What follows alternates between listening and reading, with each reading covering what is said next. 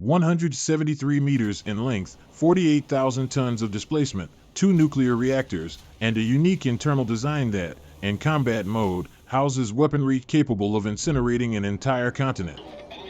These ballistic missile submarines became the most powerful symbols of the Soviet Navy's might, representing the fear of the Cold War.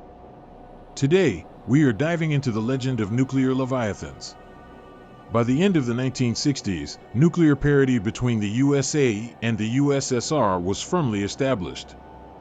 For both sides, it was clear that any attempt at a preemptive strike would inevitably lead to a retaliatory one, resulting in mutual destruction.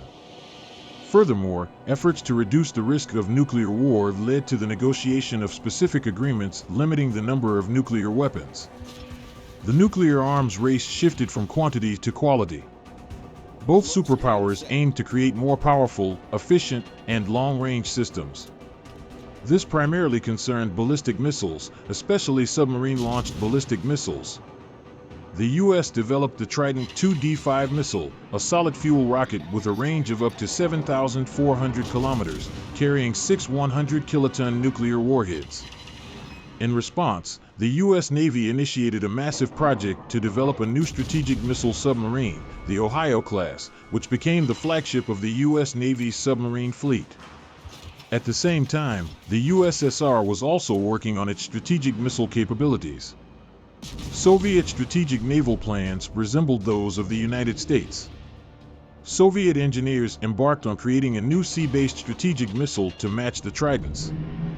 The result of their efforts was the R-39 RIF nuclear missile, with a range of 8,300 kilometers and the capability to carry 10 warheads, surpassing its American counterpart in destructive power. However, these achievements came at a cost. The R-39 missile was 60% larger and nearly 3 times heavier than the Trident, which posed challenges for the submarines tasked with carrying them. The size and weight necessitated a new approach to submarine design. The Akula project was launched in the early 1970s, marking a radical departure from traditional submarine construction. It required the engineers at the Rubin Design Bureau to rethink the fundamentals of large submarine design.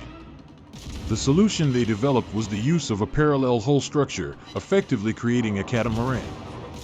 Within the twin titanium alloy hulls, the crew compartments, power systems, and much of the equipment were housed. Other sections included torpedo rooms, stern sections, and the central control post. The main weapon systems were positioned in the space between the large hulls.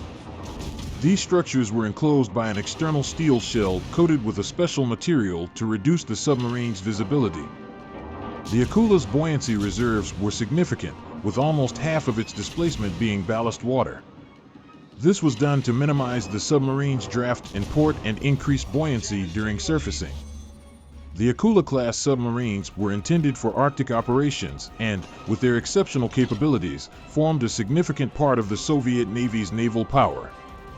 These decisions allowed it to break through ice up to 2.5 meters thick.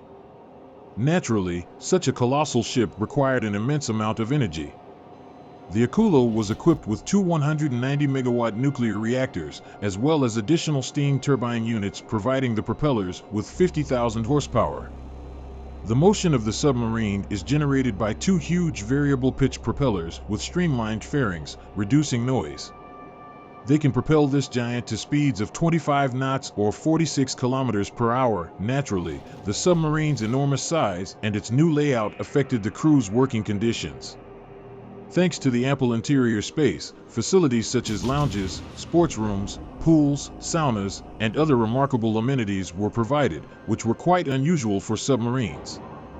The crew and officers resided in cabins and quarters of relatively high comfort. As a result, sailors began referring to these submarines as floating hotels. Due to these innovations, the Akula-class submarines can embark on missions lasting up to 6 months. The safety standards were also very high, and the separation of compartments into distinct hulls minimized the risk of catastrophic incidents. Even in the event of severe damage, such as a torpedo explosion, the type that doomed the Kursk submarine, an Akula-class cruiser would likely remain operational. In 1991, One of these submarines, the Arkhangelsk, experienced an incident involving a training missile explosion in its launch tube. Though potentially catastrophic for a conventional submarine, it was an unpleasant event for the Akula, leading to its return to port for repairs.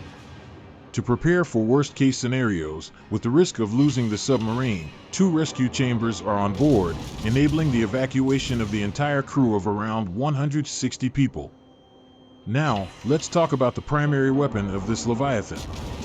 Akula-class submarines can carry up to 20 ballistic missiles, or 39s, being the largest and heaviest sea-based missiles in the world.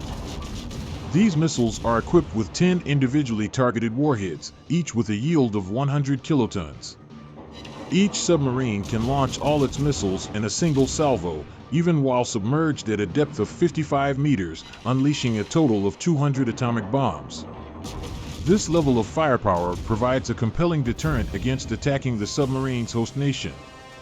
These formidable missiles have also been modernized, and in the 21st century, Akula-class submarines became the primary test platform for the latest sea-launched Bulava missiles.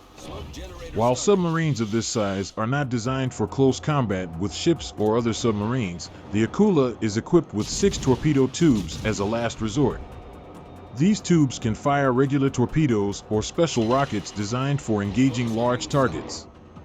To build ships of such size, the Sevmash plant underwent significant modernization. A new facility was constructed explicitly for them, becoming the largest structure of its kind globally. The roof of this facility can accommodate 6 football fields, and the internal space is sufficient to construct a 20-story building. It was here that the first heavy cruiser, TK-28, was laid down in 1976. By 1980, it was launched, and it bore the emblem of the shark on its hull, giving the entire class its name. NATO's classification system designated them as the Typhoon class. The construction of these submarines proceeded at such an intense pace that the first sea trials took place in July 1981, besting its American counterpart, the USS Pennsylvania, by just 1 month. By the end of the year, the cruiser was commissioned into the Soviet fleet. In the period up to 1989, the frigid northern waters saw 5 more of these vessels. The submarines were operated intensively and demonstrated their capabilities effectively. In 1987, the third vessel of the class, the submarine Sibersk, embarked on a long mission to the Arctic. It spent almost half a year at sea and even underwent a crew change during the voyage. Of course, they weren't always straightforward. In 1986, the Sibersk collided with the British submarine HMS Blender, but neither vessel sustained significant damage. In 1991, there was an explosion on the Arkhangelsk submarine due to a missile malfunction, as I mentioned earlier. Additionally, in the mid-1980s, one of the submarines got entangled in fishing nets. Catching such a massive shark was a first for anyone. The Akula-class submarines were known for their dramatic and somewhat ominous images during ballistic missile launches when the submarine fired its entire arsenal almost simultaneously. While it didn't lead to an apocalypse as originally speculated, the act was part of the weapon disposal procedure, where the missiles were destroyed in the air.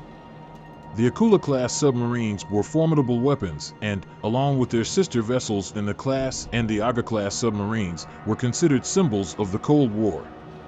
In a way, the fear of their power at the time compelled the leadership of both nuclear states to sit down at the negotiation table and pursue talks. However, maintaining and operating these marine monsters was a complex and expensive task. After the collapse of the USSR and the almost complete lack of funding for the Navy, most of these ships were decommissioned. Some were even scrapped, and as of 2017, only one giant, named Dmitry Donskoy, remains in the Arctic port of Severodvinsk. This submarine underwent modernization and became the primary test platform for new weaponry, particularly the Bulava ballistic missiles. By the mid-2020s, it's likely that all Akula-class submarines will be retired, yielding the title of main nuclear sea predators to the new generation of missile carriers, which are more modern and efficient, though smaller in size. These naval giants, like the atomic submarines of Project 941 Akula, might never be seen on the seas again. Still, they fulfilled their duty, demonstrating the terrifying power of the nuclear fleet and ensuring that no one could exploit that power. Now, the Akula-class submarines will take their rightful place in the history of shipbuilding, seafaring, and military affairs. Thank you, friends, for listening to me. Please like and subscribe for future encounters.